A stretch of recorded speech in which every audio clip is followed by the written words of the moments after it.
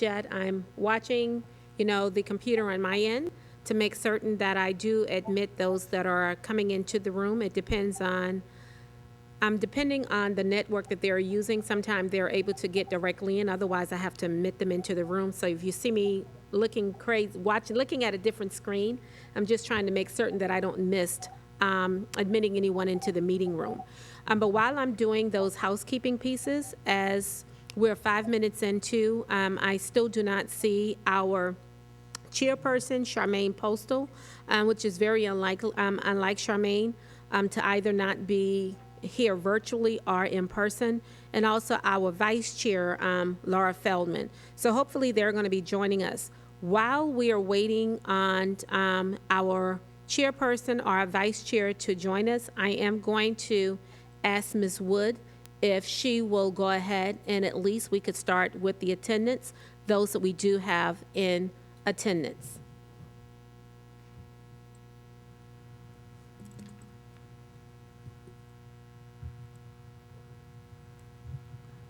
Good evening. Myra Bazemore for the Coalition for Black Student Achievement.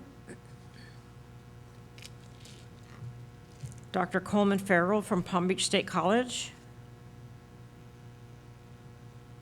Mr. Collins is present. Carlos Diaz, I did receive an email that he would not be attending.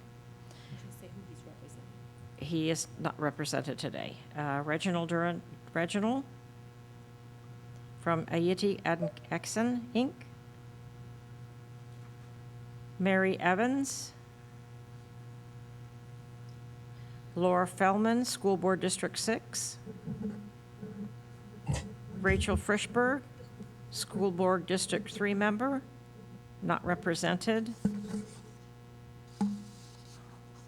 Randy Gabriel. Present.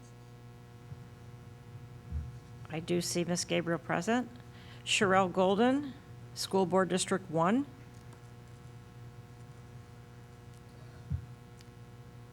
Charmaine Postal, Palm Beach PTA. Dr. Eugenia Millender, School Board District 7. Here. Imran Siddiqui, School Board District 5. I'm here. And Christine Tibbs, School Board District 2. Here. Thank you.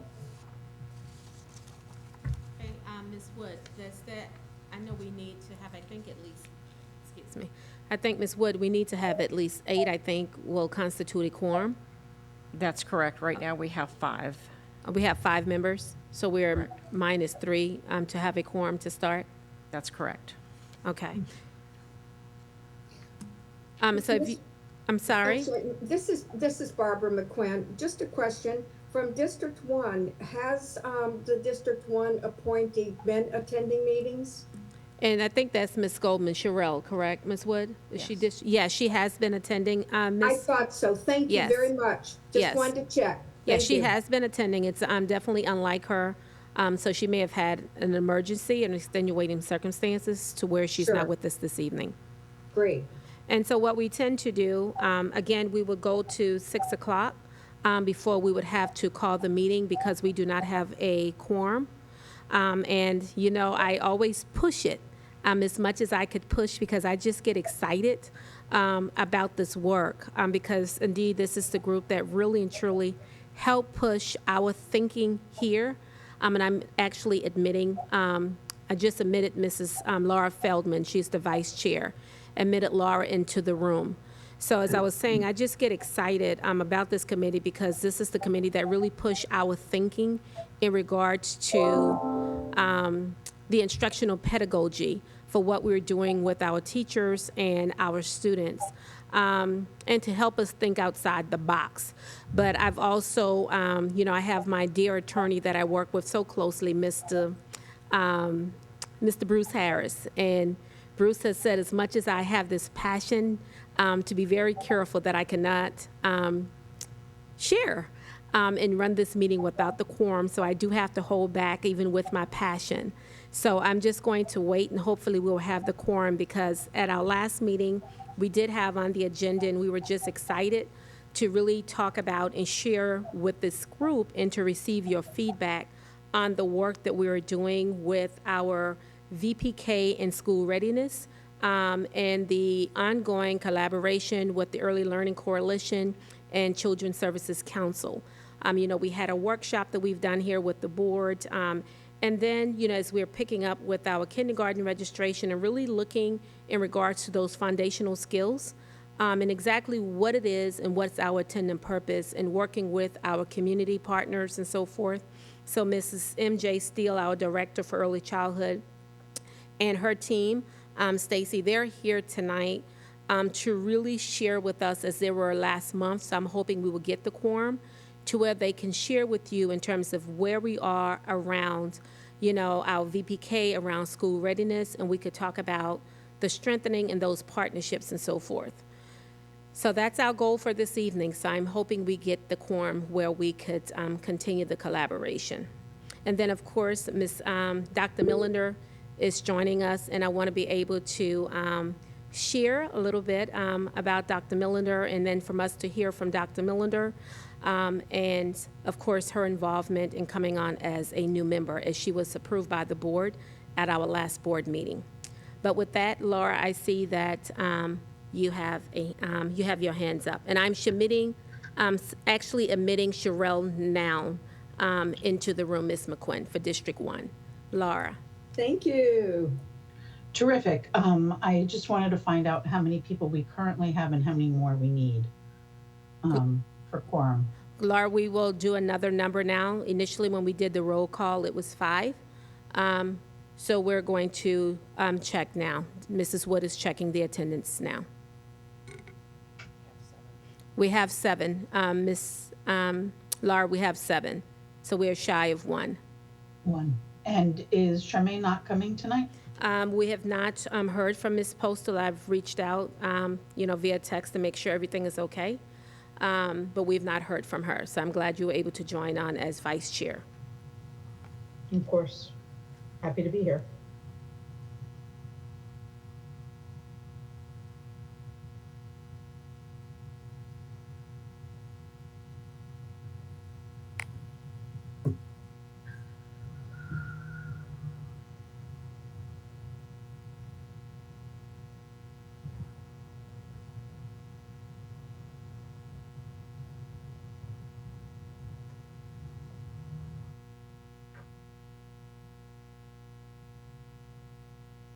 Is there anybody else who had RSVP that they were coming that they will be coming that they have not shown up yet?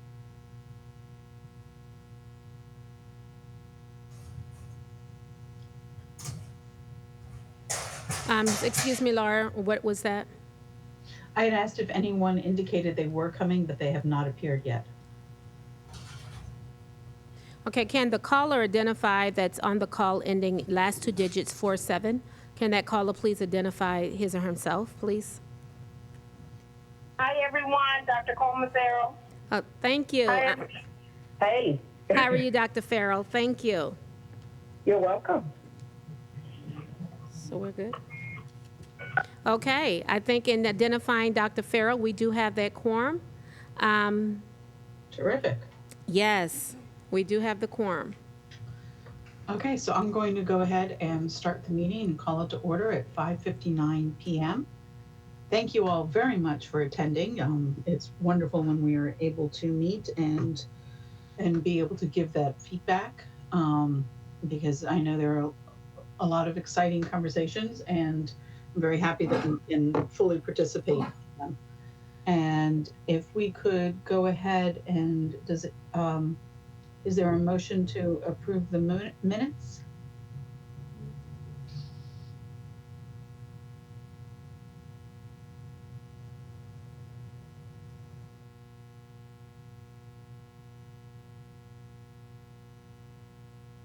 Is there someone who would make a motion to approve the minutes? Hi, this is Christine. I'll make a motion to approve the minutes. Terrific, thank you. I'll second. This is Sherelle. I was trying to unmute. Thank you, you got there. Okay, great. All in favor? Aye. Any opposed? Motion carries. Thank you. Do we have anyone appearing for public comment? Here in the room, no, we do not have anyone that's here for public comments. Okay. I don't see the full agenda on this screen. Is it possible? Let me open this up on.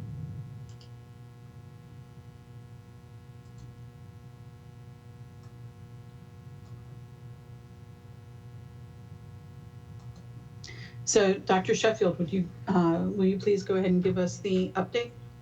Okay, yes, I will give the update. Prior to giving my update, I do want to, let everyone know that we do have in the boardroom with myself, we have one of our board members, faithful board members, Nate Collins. He's, of course, here with us in the boardroom. And then we also have our presenters this evening, MJ Steele, as I indicated, the Director for Early Childhood, along with Stacy Quanis, that they will be taking us through, VPK, school readiness, and a lot of the work in which we're doing, and working with our students.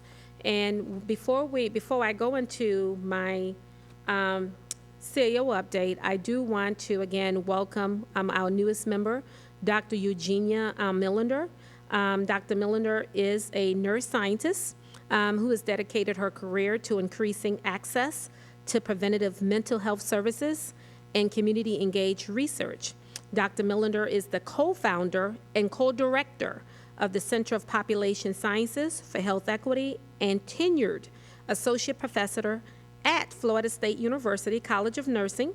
Her program of research investigates ways to reduce mental health disparities by exploring how social cultural stressors and trauma influence generational, psychological, and co-occurring physical illness through gender environments, interaction among vulnerable and underserved and marginalized populations nationally and internationally. She brings together the academia and the community as equal partners in research initiatives. Before Dr. Millender joined Florida State University, she was the founding director of the Florida Atlantic University Christine College of Nursing Nurse-Led Community Health Center. The Community Health Center is the first nurse-led university health center here in Florida to be designated as federally qualified health center lookalike by the United States Health Resources and Services Administration.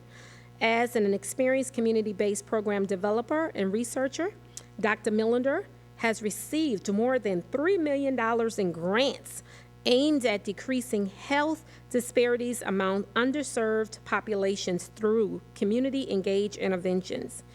Dr. Millender, I tell you, she is from the Republic of Panama.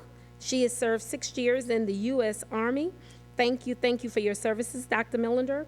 And she has received her BSN, her master's, her MS, and her doctorate, her PhD from Florida Atlantic University, right here in Boca Raton. And she's also has earned her postgraduate certificate in psychiatric and mental health nursing from Rush University, and another in precision medicine from the University of Florida. I tell you, that's a mouthful, Dr. Millender. We're just excited to have you joined our board with the wealth of knowledge, and most importantly, just thank you for the work that you've been doing here in Palm Beach County. So we do not take it for granted. You taking and finding time to just spend with us the second Monday of each month to just help us become the best version of ourselves in this current space. And you're representing our newest board member, Attorney Edwin Ferguson. So again, thank you so much. And I will close the mic to allow you to open to share your thoughts. No, all I'm going to say is thank you for having me. And I'm just so happy that we could do this hybrid since I travel a lot. I'm in California right now. So I was very happy to be part of the meeting. So just thank you for allowing me to be here and share whatever I can with our community. Okay, well, again, we definitely appreciate your willingness to serve amongst the group. Okay. And those that may have joined, and after I've done the roll call, if you would just utilize the chat to let Ms. Wood know that you did enter. She is going through and looking, trying to make certain that she has everyone. Because I just admitted someone while I was just doing a quick introduction of Dr. Millender. I was multitasking, so want to make sure that we account for everyone that is joining us this evening. I'm going to do some some updates as it pertains to the work that we have done from the last time we have met. Just want to make certain that with this particular group, that you are aware that we are in the heat of planning for our summer programming. And we are just looking forward to, the students in which we're going to be continuing some summer learning with over the summer and mitigating some of those instructional closing those instructional gaps. No longer going to be talking about COVID and saying that, the instructional losses are related to COVID or anything. We're done talking about that. We just want to make certain that we are identifying our students and we're providing every single opportunity. It is for our students to just be able to continue their learning. And what we're going to be doing is that we're going to be starting for those students in which we've identified. Summer programming starts June 6th, and it's going to go through July the 13th. We'd already gone through and just shared in terms of what some of those programs are.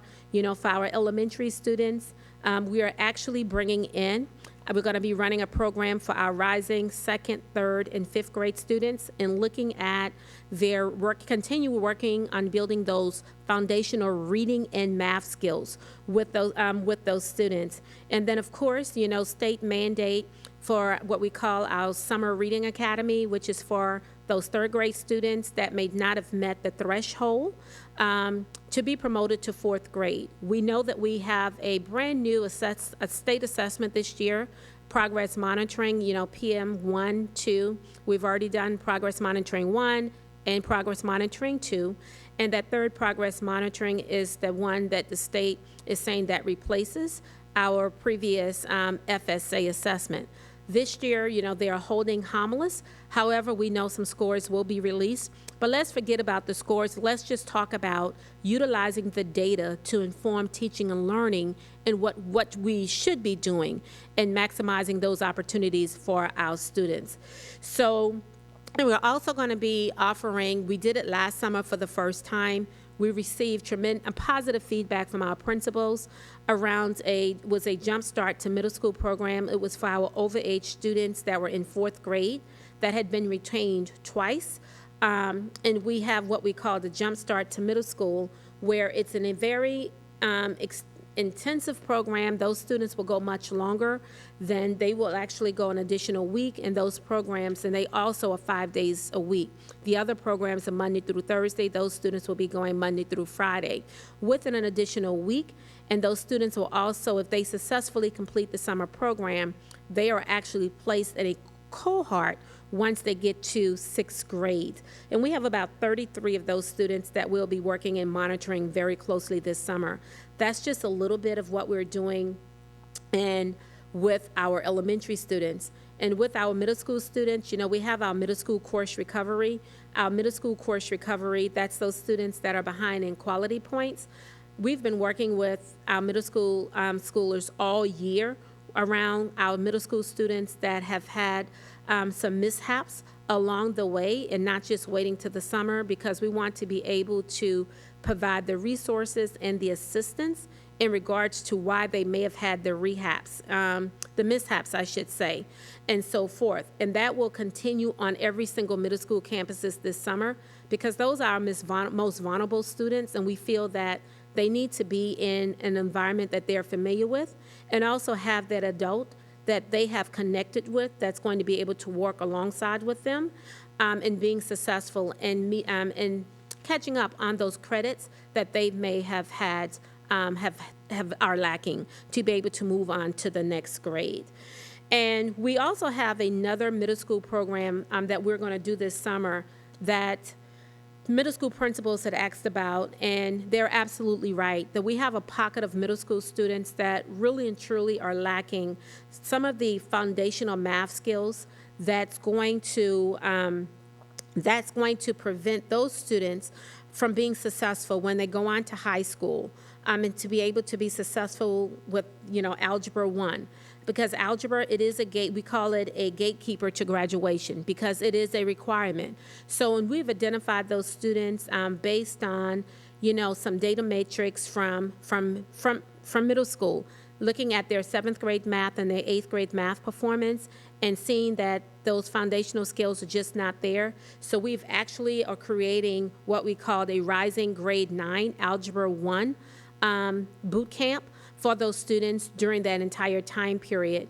And it was focused specifically on those foundational skills in helping the students become successful when they take algebra for the first time in 9th grade.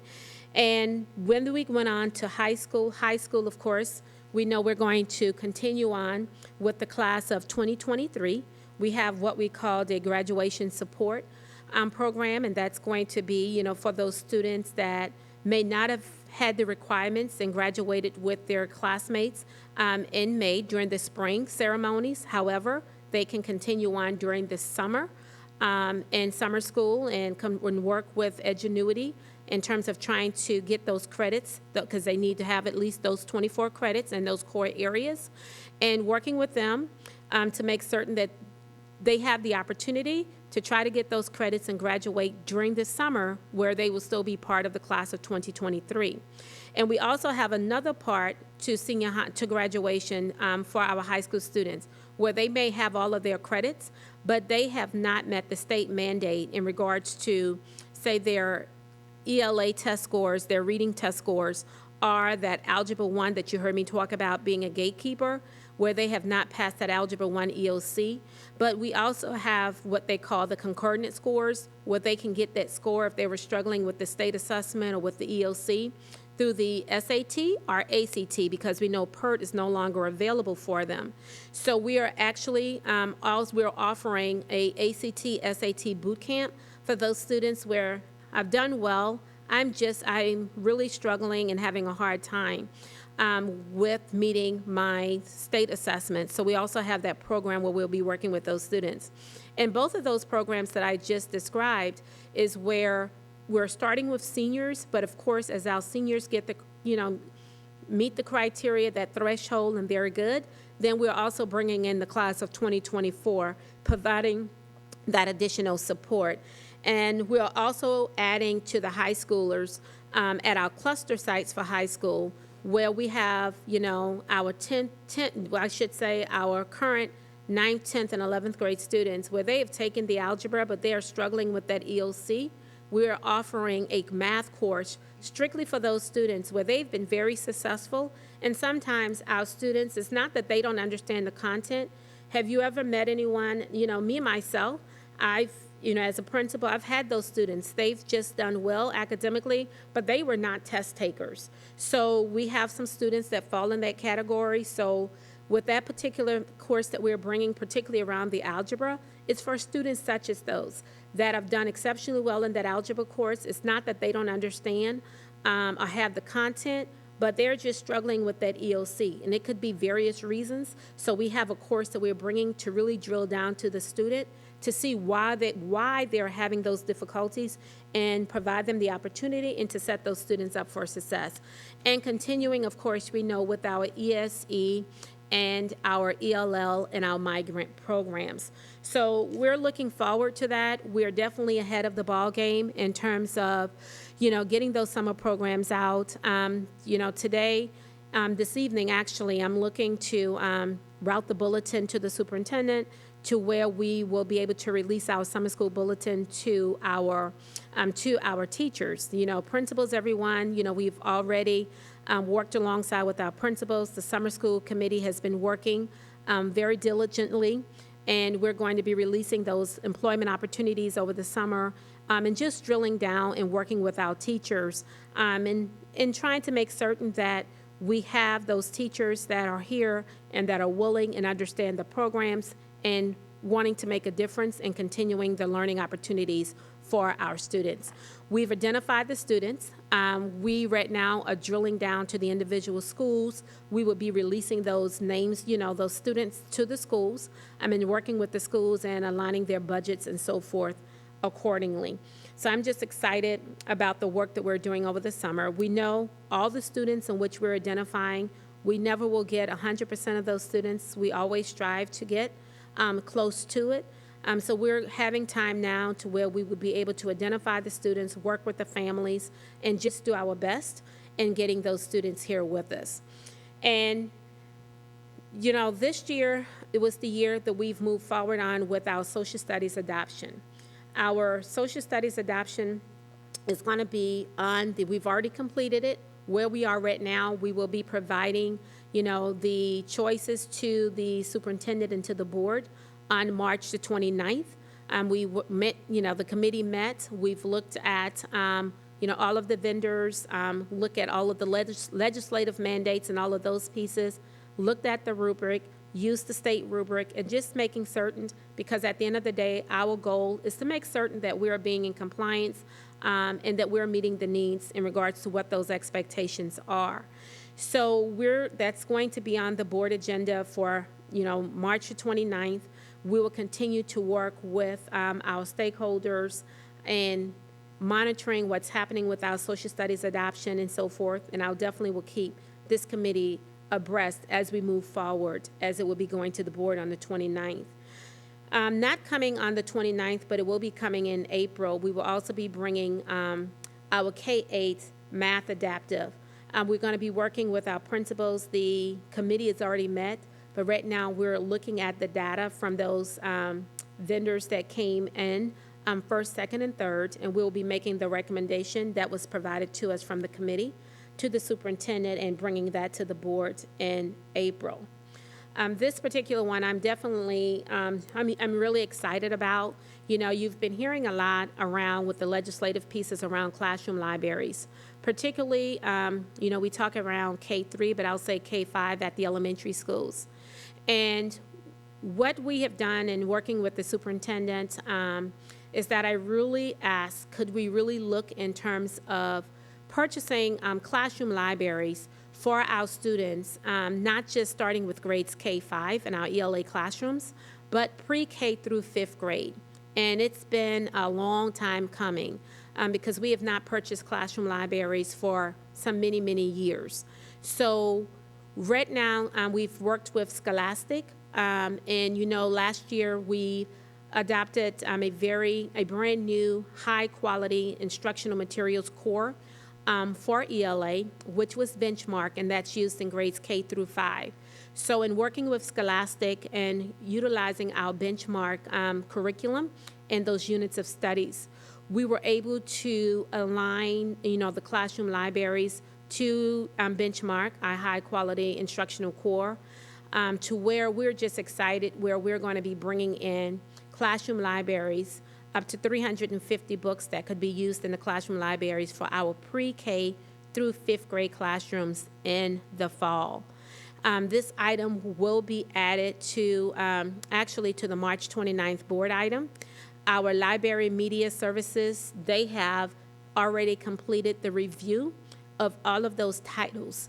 And we had to review all those titles, over 1,300 titles that they had to go through. It was massive. It took some hours outside of the day, but we were able to, again, do all of the necessary reviews that were required by statute. Now those books will be released to the public for that 2-week span, to where the public will have an opportunity to review all of those titles that will be going for purchase through Scholastic, and they will have an opportunity to provide feedback as required by statute. So I'm just excited that we're going to be able to bring, the classroom libraries pre-K through 5th grade, as we are really, and we've made a commitment to really just doing a hard stop last year around resetting literacy within our district and realizing that it was time to stop and look at those foundational skills and what was happening from when our students entered day one. So we have just found that time and that space right now. You will hear a little bit more about some of that work that we're continuing to do around our students from when they enter day one. But that's a lot in regards to the work, just in terms of what we've been, doing here from the past month, along with everything else. I could go on and on.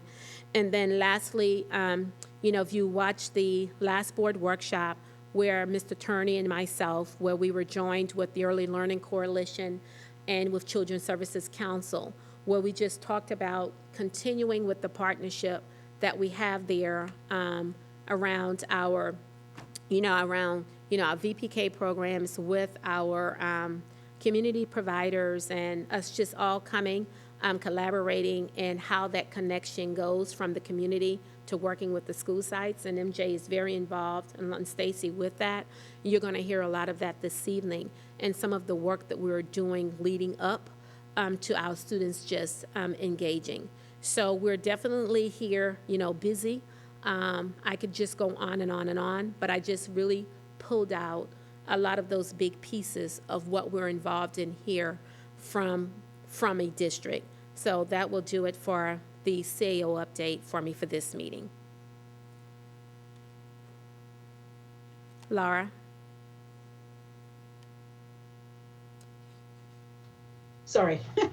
I had to find the unmute button. That's okay. Okay, so thank you very much. That was certainly a lot of information and a lot of exciting information. And so with the classroom library purchases, so that teachers will no longer need to provide their own books, is that the purpose behind that? What the purpose is, Laura, is that, with the mandates with the classroom libraries, and, when you're asked in regards to exactly what your classroom libraries consist of, and we should, as a district, we should be able to say and know exactly what books that we have placed within our classroom libraries. And because we have not done so in many, many years, it was just time. So what we will be able to say as a district is that what we know, the 350 books and those titles, we know what is there, and we know that it's aligned to our core for teaching literacy, right? And we will be able to upload, because we know part of legislation saying that all classroom libraries must be uploaded on that website, on your instruction materials website, where parents actually know what is there. And okay, that's perfectly okay.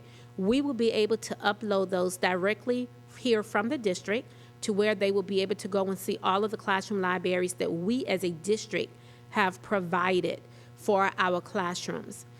Any other books that would be within the classroom libraries, it will be then the responsibility, say, of the school site to make certain that if there were books that were not purchased here from a district, that they would have made certain that those books went through the review process, meaning have been reviewed by their certified library media specialist. Then the library media specialist, after reviewing, will then, of course, have to follow the process of those books being released for 2 weeks for the public to have access for a review, and then to upload. If the teachers, again, wanted to add to their classroom libraries, the teachers will just need to make certain that those books went through the same review in terms of have been reviewed by the certified classroom, certified media specialist, and of course, been out there for 2 weeks for a review from the public and so forth, and then be uploaded. So they will just need to follow the process. Thank you. I know that was a mouthful, but it was required just to make certain that, what I want. And the reason I went through that entire process is that one thing what we're not going to do, I want to say, is like to micromanage, or that autonomy, to where as a teacher I really found this book that is very much appropriate. It's not in my classroom library, but I'm being told that I cannot. But if that book has gone through the review through that certified library media specialist on your campus, and your principal is aware, and offer that support to you, and you followed all of those processes that I went through, absolutely. But then they are owning that piece. The district centrally we're only owning those pieces that have been vetted, uploaded, everything from the central office standpoint. You understand what I'm saying? Because it will I get, got it. yes. Yeah, I think you're trying to make the best out of the requirements that exist. Yes, yes. And And want to making be there sure for that there for our teachers teachers. still have access to books in a classroom library. Absolutely, and most importantly, provide that support and, for our schools and our teachers, and because you want them to be able to be their authentic selves and to be those fearless leaders and not fearful about, do I have any books, or am I using the right books? And for them to know they can be authentic of the books and of the resources that we are providing to them, and we take ownership for that. That's great. Thank you for doing that. Does anybody else have any questions about the update from Dr. Sheffield?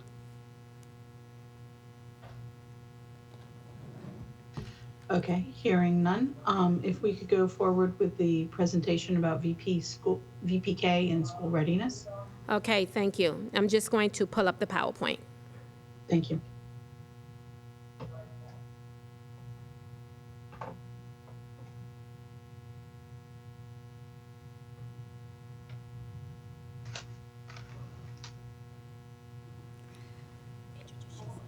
Good evening. My name is MJ Steele. I serve as the director of the Department of Early Childhood Education for the school district, and I just want to thank our chairman, vice chairman, and all the members of the Academic Advisory Committee for this opportunity to speak to you about something I feel extremely passionate about. What we're going to cover tonight is just an overview of the Florida VPK and school readiness programs, the accountability tools that are currently in play for these programs, and just a brief touch about the transition to kindergarten work that's going on. So, here we go.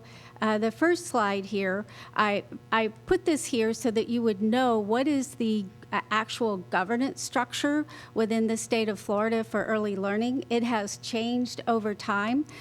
This is somewhat new. The structure starts with the Department of Education. Underneath that, we have a Division of Early Learning, which has gone through a name change in several places where it was placed, but now it's directly under the Florida Department of Education, which I think is significant at this particular point in time. The purpose of the Division of Early Learning is to govern the day-to-day operations statewide of all the early learning programs in Florida, and also to administer the federal funds that are actually part of the school readiness work. Under the early learning, the Division of Early Learning, we have approximately 30 early learning coalitions that serve as that local entity that provides governance for our state programs for early learning. In our county, it's the Early Learning Coalition of Palm Beach County. And then at the bottom, with the School District of Palm Beach County, I serve as the director for this particular department, Early Childhood Education, and we are charged with administering the VPK, school readiness, and Head Start programs under, of course, the governance or guidance of our Chief Academic Officer here in the school district. So the Florida VPK program actually was started in 2002 with a constitutional amendment from the public. In January of 2005, it became law, and our district started administering the program in August of 2005. And the reason that's important to me is because that's when I was hired to run this program. So August of 2005, when it had just started, was a bit of a challenge, but a wonderful challenge. So just a few highlights of the VPK program. Of course, it was put together by first the constitutional amendment and then by state legislatures, legislature, to prepare young children for success upon kindergarten entry and beyond. The way that this program is set up is that to be eligible, a child simply has to turn 4 by September 1 of that year and be a resident in the state of Florida. There is a small provision or a new provision that if you have a younger 4-year-old, as a parent, you can wait until the following year, but primarily we're talking about 4-year-olds. And this program that was set up has a lot of choice for parents. So first, parents can choose to send their child to an educational setting of their choice as long as that setting holds a VPK contract. So when we're talking about, what we're talking about here is schools, which could be public, private, or charter, and then child care centers, which we're calling here private child care providers. And also there's another component, and that's specialized instructional providers, services providers for children with individual education plans or IEPs. So besides being able to choose the particular provider, parents also have a choice of program options for the voluntary pre-kindergarten program. There's a school year option, there's a summer option, and then again, as I spoke previously, there's a specialized instructional services program option. Most parents now are choosing the school year option, which provides 540 instructional hours. In this particular program, class size is limited to 20, and there must be 2 instructors, one that's credentialed in a classroom after you have 11 students. You can have 1 instructor up until 11, but you're capped at 20 students. Typically, talking about how the district implements, the district offers the school year VPK program as 3 hours per day for 180 days. Again, that's a part-time program because that is how VPK is allocated by the legislature. There's also the option of the summer program, which that's a 300 instructional hour opportunity. Classes are capped at 12 students to 1 instructor. And what's different about the summer is that the lead instructor must have a bachelor's degree. That is not required for the school year program, but it is required for the summer program. The district typically offers summer VPK as a 7.5-hour day for 40 days. There's a lot of flexibility with the specialized instructional services program, and again, hours vary based on student needs. So I'm going to start with, now we want to just introduce the school readiness program. Most of the time when people hear school readiness, they think that's what we want for children when they enter kindergarten, but it's actually a program. The school readiness program is a federal pass-through of funding to help families who are low income actually to qualify. Parents' gross income must be at or below 150% of the federal poverty level. Parents apply through the state, through a state portal. They're given basically a voucher for this program, and again, they take their children to any private center or public school site that holds a contract to offer the school readiness program. So, MJ, if I could stop you for a moment right there, please.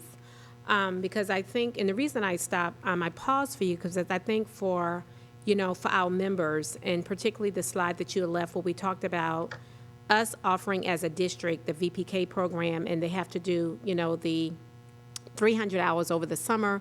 And then I know this summer we have it in 2 sites. And we were intentional about the sites that we selected because we looked, I think, at the areas to where there were unused vouchers. Because over the summer, only the families that can attend, the students, I should say, are the students where their vouchers were not used during the academic year. But we know as a district, and you and your team you guys are amazing in working with the group, that there are so many missed opportunities for our students that can be receiving the support and services over the summer that are not utilizing it. So, and I asked you to stop here because when I talked to this group about us using them as thought partners, it's like, what else more could we do to really get those families to know that there are opportunities for their young ones, right? You understand what I'm saying? Thank you. That is true. We are, a question that we always have is how do we get those parents who don't automatically enroll their children in the program? How do we reach out as a community to encourage these folks to enroll, either in the school year or the summer? And again, in the summer, they can attend not just the district's program, but also other provider programs. I just want to pause for a minute to see if anyone has any questions or any thoughts about that, what we're trying to do with providing these foundational skills during the summer. We are offering at Berkshire Elementary and South Grade Elementary. These are two pockets where when we looked at the data, there's a significant amount of parents who obtained a VPK certificate but did not use that certificate during the school year.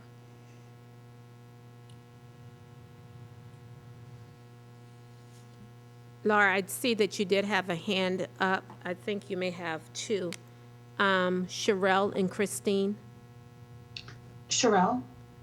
Yes. So with the voucher that you're offering, are you offering transportation with it? Because I know a lot of times parents have issues with transportation. Is that even on the table for them? There's not transportation that is provided with the VPK or school readiness programs. Okay. What about, and that does include food, right? Do they get a meal and the snack, or what does that include with them? Our VPK and school readiness programs, we have different programs in the VPK program, but in our school readiness programs, we do offer a meal and we do provide snacks. Okay. Thanks. Okay, and Christine? Hi. Yeah, so I recently did my own research for the VPK program because my daughter was starting last year. And I was told, and I'm hoping you can clarify that if you, as a provider, take the VPK voucher during the school year, you can't take it during the summer? Is that?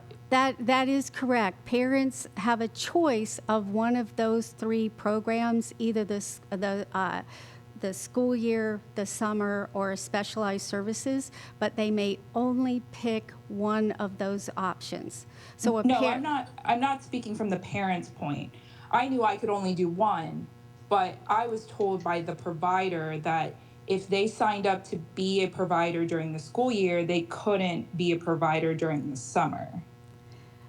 It is my understanding that the statewide provider contracts do allow for providers to serve during the school year and the summer. And the district has a contract for both. The contract that we have is the same contract that private providers also engage in with the state. Okay. And is there, and one of the issues that I ran into is those limited hours. So since the VPK program during the school year is only a half-day program, if I couldn't find care for the rest of the day, or it was too expensive at the provider to provide the wraparound care, I couldn't use that provider. So is there assistance given to those that need a full day's worth of care for their child in order for them to even attempt to use this program? The district does provide some options. One of the, and I have that on another slide, but one of the options is that, and private providers have access to school readiness and VPK. So we do provide school readiness, which would allow a parent who's eligible for school readiness, again, that's poverty and receives a voucher, to attend using those two mechanisms. And then are your resources compiled so that I guess a parent that's looking for both like the voucher and assistance with wraparound care, like they can target those providers that are in those areas, or are they going to have to piece those resources together themselves? Well, at this time, quite frankly, there is a lot of piecing together that goes on in the world of early learning. It's just Okay. how the system is set up. The slide that I'm showing you now, if you see the picture of the woman running after the dollars, that's me. That's how I feel, because it is a system where you do have to piece together program options. So if you look at the things that are listed in the middle of this slide, the kinds of resources that the district uses, we have our VPK earned revenues that we braid together with school readiness, or we also call it subsidy revenues. We've had some foundation grants. We have a Title I grant for select schools. We also take parent fee tuition. We have a Head Start and Early Head Start program, which we offer through contracts. We have partnerships between VPK, ESE Pre-K, Migrant Pre-K, and then we have a very strong relationship with the Children's Services Council through the Strong Minds program, which is a quality improvement program where we're able to get some enhancement payments. But we have to pull all that together and braid it together, create a budget, and then if you see what's on the right-hand side of my slide, we put a proposed budget into the schools, and then we earn the money. We put the money into the schools, and that's how we pay for our teaching teams and supports.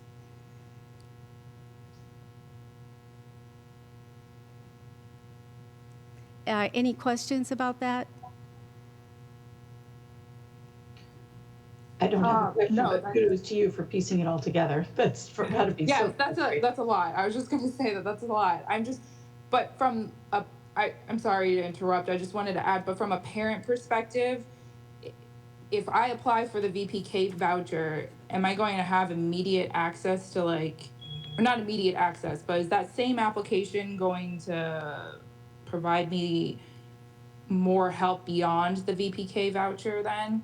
Or am I going to have to ask for additional applications or get sent to another site? In the state portal, you can apply for your school readiness voucher and your VPK voucher through the state portal. Otherwise, it is on a site-by-site basis.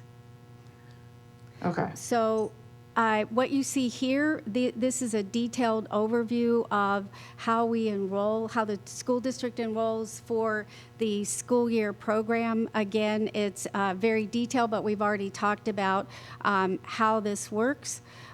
These are the schools where we offer. You can see that we've divided them into 4 buckets. We have our VPK and Title I enrichment programs where we're able to offer VPK and enrichment hours without cost to the parents. Then the district has VPK and parent fee supported programs. We've got our Head Start programs, and then we've got our migrant programs. I do have to say, in this list, you'll see some asterisks there, and that's where we partner with ESE, and we have inclusion classrooms where we have both students with disabilities as well as our community children. So we know that VPK works. There's a lot of data that tells it. In fact, one piece from the state is that kindergarten screenings show that children who complete VPK are more prepared for kindergarten than those who do not. And there's data that really talks a lot about that. Florida is a national leader in pre-kindergarten access. It is a half a day, but we have probably the largest amount of children participating in a free kindergarten program. So, But before we go on from there, do you find that there are still pockets of elementary schools where more students would benefit if more students attended a VPK program? well, our feeling is that students greatly benefit with foundational skills from the programs. We typically are located primarily where our poverty level schools are, but there's also private providers. Actually, the district is a small provider in the scheme of things for VPK and school readiness. There's a much bigger population of private providers. I guess where I'm going with this is, would we benefit, for example, for getting information about VPK out to maybe pediatricians or other community centers to help more parents become familiar with it so they could sign up for it if it... Well, I'm happy to say that that is a big part of the Transition to Kindergarten initiative that is really going full force starting with this year. And that it's really two components for Transition to Kindergarten. One is to get those children into kindergarten, which we all want to do, as well as to provide that education about what the expectations are, the academic expectations, as well as how parents access. It's a full-blown program that's being offered in collaboration with our community partners, most specifically the Early Learning Coalition and the Children's Services Council. So those efforts include the processes by which community members are notified of these programs? Is that what you're saying? Yes, right now the lead comes from the Early Learning Coalition, but there's a strong partnership that's been developed, and it's only going to get better in terms of information out into the public. And Laura, to piggyback on that, of course, I can't keep up with the days anymore, but I think it was whatever the last board workshop was, the date for the last board workshop. Of course, the presentation is there if you wanted to go back and watch it, that we did in collaboration with the Early Learning Coalition and Children's Services Council. And we also have a work group in-house here at the district. We call it the T2K, Transition to Kindergarten. And as MJ said, that's a very strong component of the work that we're doing in collaborating with both entities, along with the private providers, to where we understand we as a district, it's going to take us all collaborating together to just make certain that we get all of our students involved and get them the opportunity. Whether it's in our VPK program here as a district or through our local providers, we understand that we are all servicing children. One of the board items that will be coming on the 29th is from that work group that we have here, the Transition to Kindergarten, is that we're looking at making a big investment in regards to some resources for the students that we are identified that's within our VPK programs that will be transitioning to kindergarten. To help the families continuing to work with them over the summer, and not even over the summer, help them work at home, that family engagement piece. So it's something that we as a district recognize, and we have established a work group around increasing VPK within the district. That's terrific, and I see we have two hands. Sherelle?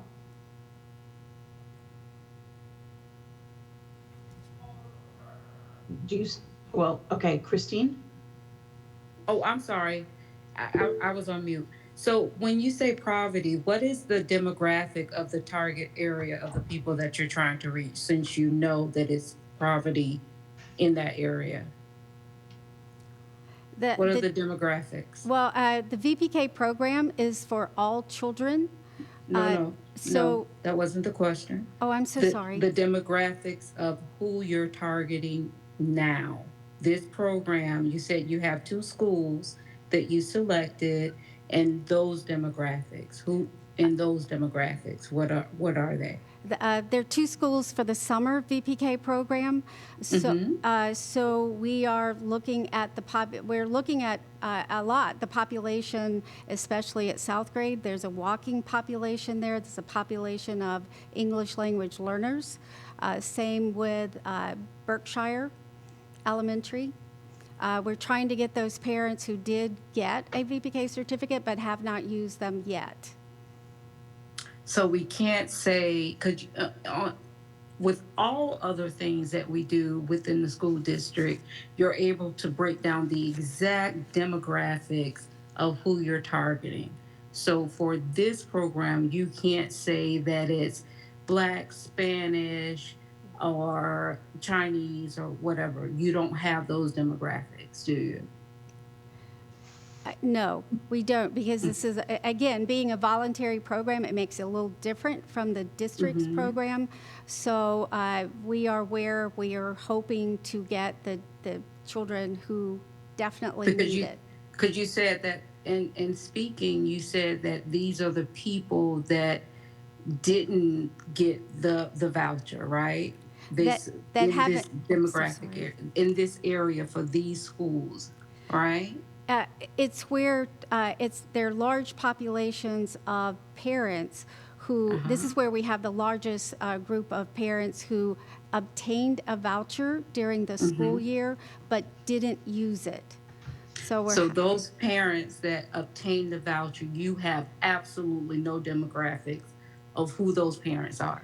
If they're non-speaking English, or if they're immigrant, or do they need, any of that. You just know that in that area, those parents, all of those parents applied, but they didn't give you any demographics to support it. That's correct. That information is held by the Early Learning Coalition and is not made public. Okay. All right. Thank you. Thank you. And just in the essence of time, I'm just going to go quickly through the last slides. There is new accountability for the VPK and school readiness programs. The state has gotten very serious. There is a new tool called the Classroom Assessment Scoring System, or CLASS tool, that looks at teacher-child interactions in the classrooms.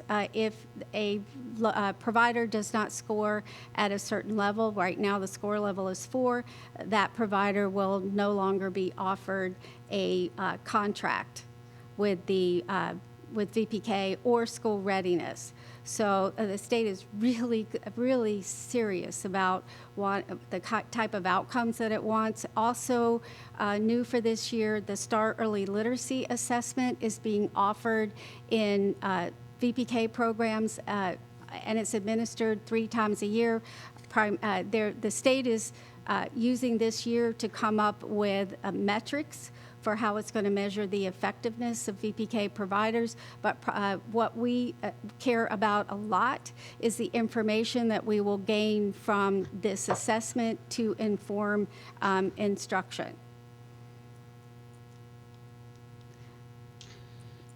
Is that STAR assessment done pen and paper, crayons, computers? How is it administered? It is a computer adaptive program. What does that mean by computer adaptive? It means that it's given by computer, and it adapts to where children are to pick up the children at where they are, and then it keeps going to come up with a score for the children.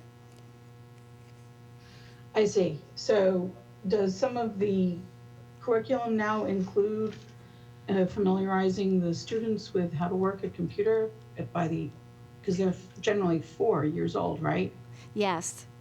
That has been a concern among all of us who provide this service, but children are learning and adapting, and we're all working through that.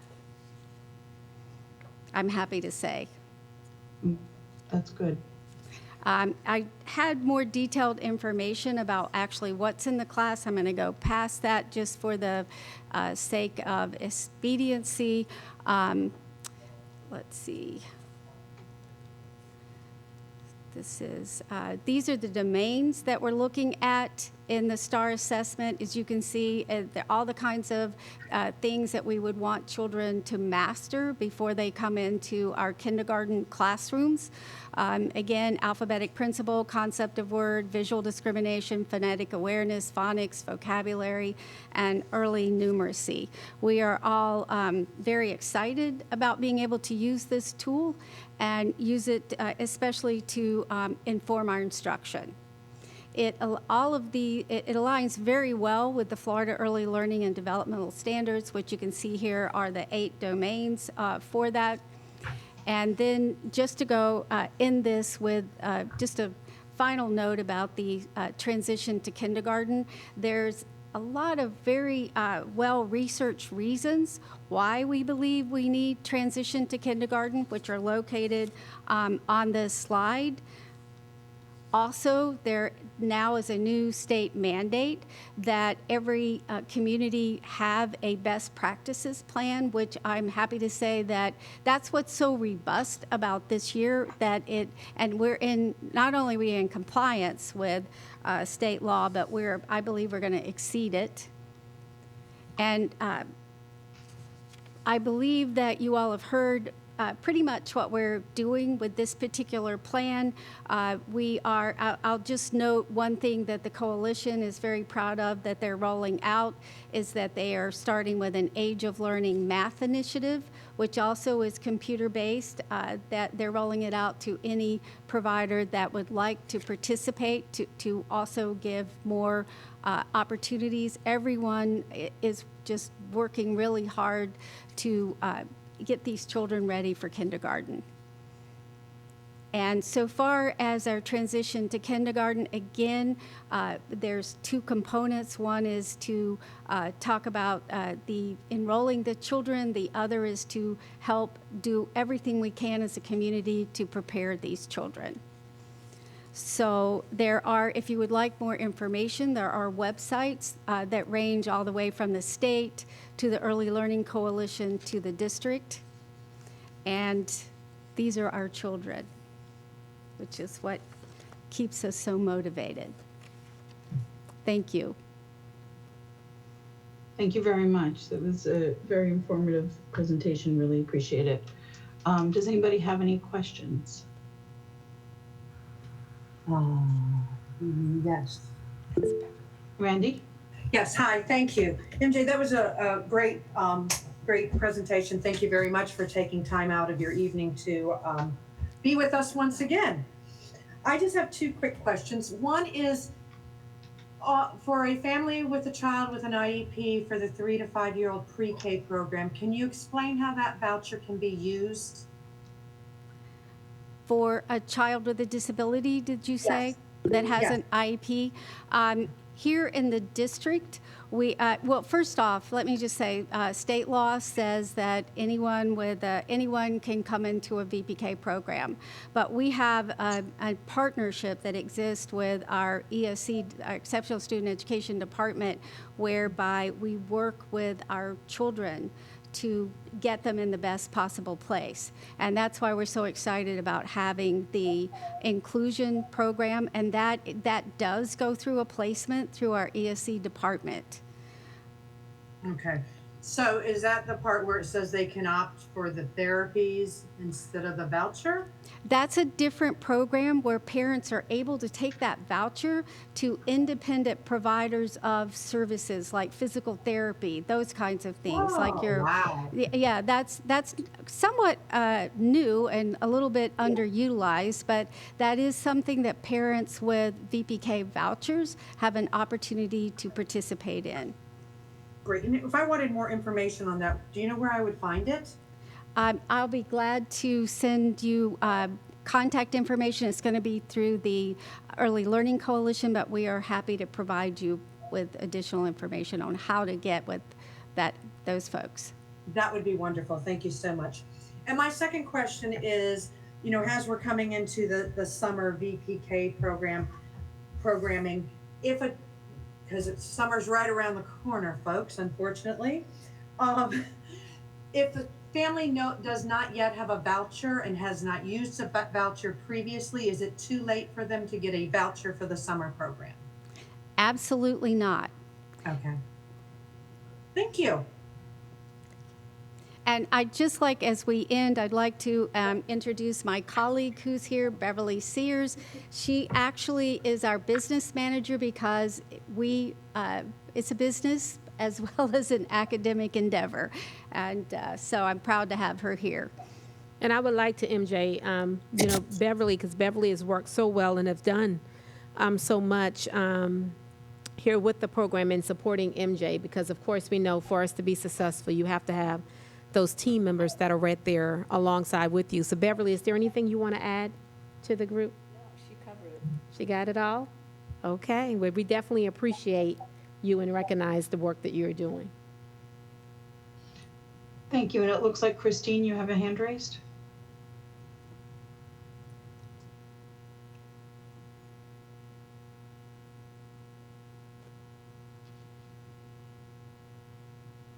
Christine, you might be muted. Oh, I'm so sorry. Just one quick question for the populations that you're targeting that didn't utilize their vouchers or didn't utilize a VPK program at the school district. Have you reached out to any of them to see why, and if it has to do with maybe the school, do all the schools offer a VPK wraparound in terms of aftercare, and maybe the school near them doesn't offer it and they can't utilize it because they can't pick up their kid at 2 p.m.? Those are great questions, but the folks who hold the vouchers, we are not allowed to have information about them. We only can, we're only told where the zip code that they live in. Do you know offhand, I guess, if all the district schools that do the VPK program offer VPK wraparound for aftercare? All of our programs offer wraparound up until 2 o'clock. Those are our enrichment hours. So for a full school day, we're able to do that in the district, as well as our 10-hour programs with our Head Start folks. So there's no care after 2 p.m.? Some of the schools offer care after 2 p.m. and some are not able to. Okay. Thank you.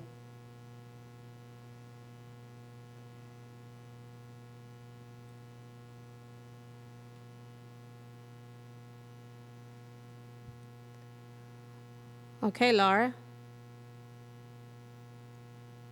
Okay, thank you. And I don't know if you noticed, but Charmaine did join us later within the meeting, just so we can make sure to have it noted on the attendance.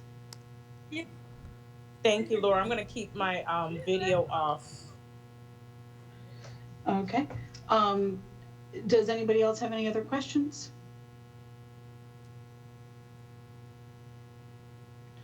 Okay, seeing or hearing none. I do have a question for our topic next week or in the coming weeks. Would it be helpful if we hear a legislative update about some of the bills that are coming through? Well, the bills that are coming through, Laura, I mean, I will have to see if that team is available. Of course, it wouldn't be myself. Mr. Bagas, our chief of staff, is the one that leads the legislative updates and things that are happening during this session. So we would actually have to see if he's available to do such. So we will make that note and we will follow up with his office and, of course, make the chair aware of the availability. Okay. Randy, I see that you have your hand up. Yes, I assume the school district gets lots of updates weekly during session, but I do get an update, a couple of updates, but one specific to children's bills that I'd be happy to forward to the district, and they can forward out to the academics advisories members. Okay. Thank you. Thank you, Randy. And Okay. what I would like to say while my mic is open, I just want to, of course, hopefully, the information that was shared with MJ and Beverly joining her this evening was beneficial to the group. And as we said in regards to our focus, and we talk a lot in regards to, we hear a lot around our third grade reading scores and, our literacy scores, being stagnant and just where we are here as a district. And, we've always said in terms of really just stopping and looking in regards to what's happening and how we are engaging with our students from when they enter us day one. And even starting before they enter. And this is definitely a prime example of, us continuing to work with, our community partners, our community agencies and so forth, our private providers, and just talking in regards to what those needs are. How do we work together around those foundational skills and start with our students even before they enter? And if we can just continue to collaborate, continue to strengthen, I just want to say that I think we're definitely well there on our way.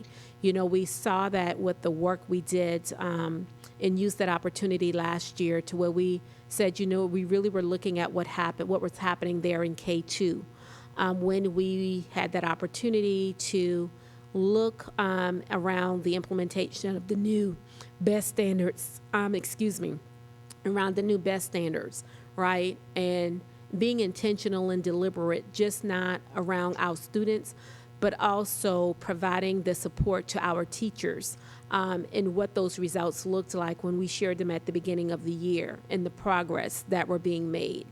So I'm just excited and grateful to this group that you all have provided the space to really hear, excuse me, and understand that this work from even our younger ones, from the VPK, it is just so important.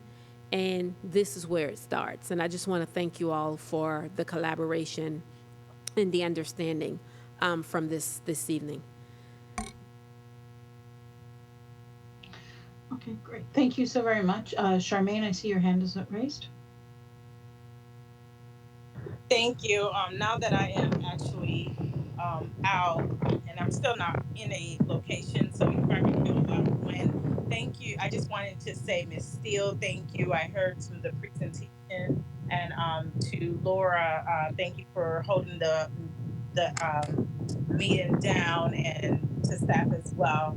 I'm glad we have a quorum, and I apologize for the delay in getting on the call as I'm taking care of some family business right now, and I'm still in a location that's kind of botchy, so my internet is on and off. But I just wanted to say I'm here, and thank you guys. Thank you. Okay, if nobody else has anything, then do we have a motion to adjourn? Motion to adjourn. Mrs. Randy, I'll second. Thank you all. Meeting's adjourned at 7:08. We finished early. Have a great night, everyone. Bye-bye. Thank you, everyone. Thank you. Thank you.